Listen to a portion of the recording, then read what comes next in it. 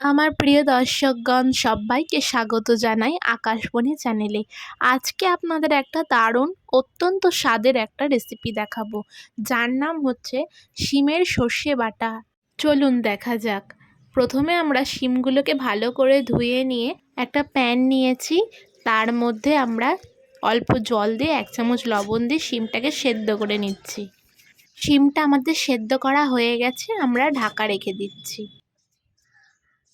এরপর মিক্সিতে আমরা 4-5টা রসুন, আদা কুচিয়ে দিয়েছি, সাদা কালো সর্ষে, 3টে লঙ্কা, পেঁয়াজ আর অল্প জল দিয়ে ভালো করে বেটে নেব। এরপর আমরা টমেটো পেস্ট করে রেখেছি। আমরা একটা কড়াই নিয়েছি, তার মধ্যে সর্ষের তেল দিয়ে দিচ্ছি। সর্ষের তেল গরম হয়ে গেলে আমরা তার মধ্যে দিচ্ছি গোটা জিরে, শুকনো লঙ্কা দিয়ে ভালো করে নাড়াচাড়া করে সেদ্ধ করা শিমটা দিয়ে দেব। এরপর আমরা সর্ষে বাটা দিয়ে দিচ্ছি।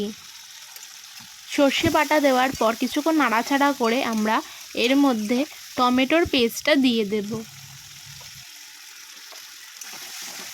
2 মিনিট মতন ভালো করে নাড়াচাড়া করে এর মধ্যে আমরা দিচ্ছি হলুদ গুঁড়ো, দিয়ে ভালো করে নাড়াচাড়া করে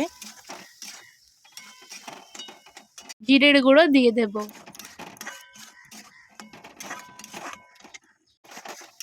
এরপর আমরা 1 চামচ লবণ দেব এর মধ্যে।